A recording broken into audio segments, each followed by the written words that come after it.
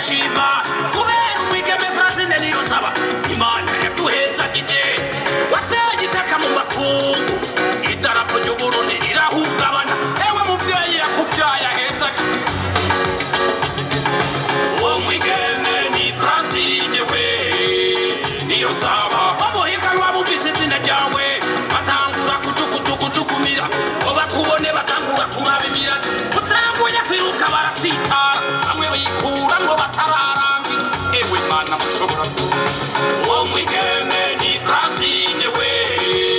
Niyonsaba watanguye kwiruka bukeba kugaya ushike hagati bose baratangara ubaraba kukano barirukanga maze bashika mbere bose birabananira ugomba ushika ubacamwo bacika ivutu ewe Mana y'Uburundi uwo mwigeme ni Francine we Niyonsaba subiramwo bose babyumve we umunolotsi wa mbere kw'isi ninde uwo mwigeme ni Francine we Niyonsaba umurundikazi anyaruka cane iruka kurusha urukwavu ninde uwo mwigeme ni Francine we Niyonsaba uwo mwigeme ni Francine we Niyonsaba uwo mwigeme ni Francine we Niyonsaba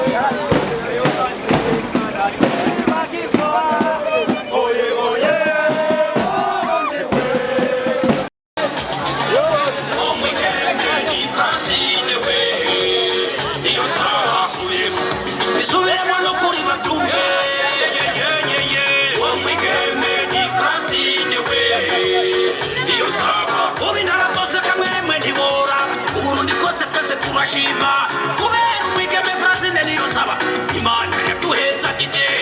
waseye itaka mu makungu idarapo ry'Uburundi rirahungabana ewe muvyeyi yakuvyaye ahezagije uwo mwigeme ni Francine we Niyonsaba bamuhiganwa bumvise izina ryawe batangura kujugujugujukumira ngo bakubone batangura kuraba imirage utanguye kwiruka baratsitara bamwe bikuramwo batararangiza ewe Mana mushobora uwo mwigeme ni Francine we Niyonsaba watanguye kwiruka bukeba kugaya ushike hagati bose baratangara ubaraba kukano barirukanga maze bashika mbere bose birabananira ugomba ushika ubacamwo bacika ivutu ewe Mana y'Uburundi uwo mwigeme ni Francine we Niyonsaba subiramwo bose babyumve we umunonotsi wa mbere kw'isi ninde uwo mwigeme ni Francine we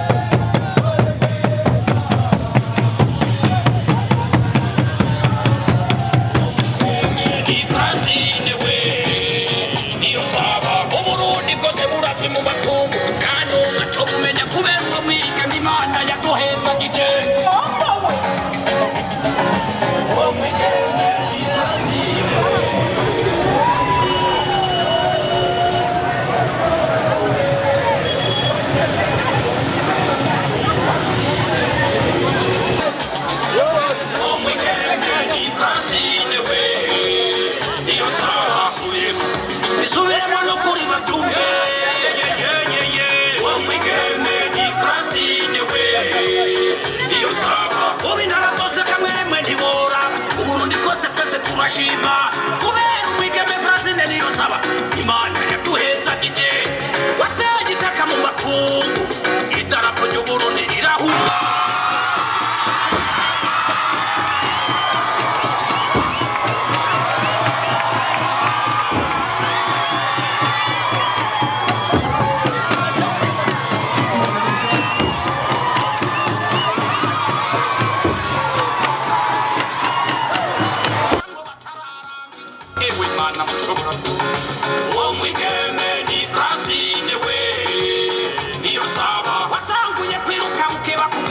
ushike hagati bose baratangara ubaraba kukano barirukanga maze bashika mbere bose birabananira uko ngushika ubacamwo bacika ivutu ewe mana y'Uburundi uwo mwene ni Francine we Niyonsaba subiramwo bose baduge we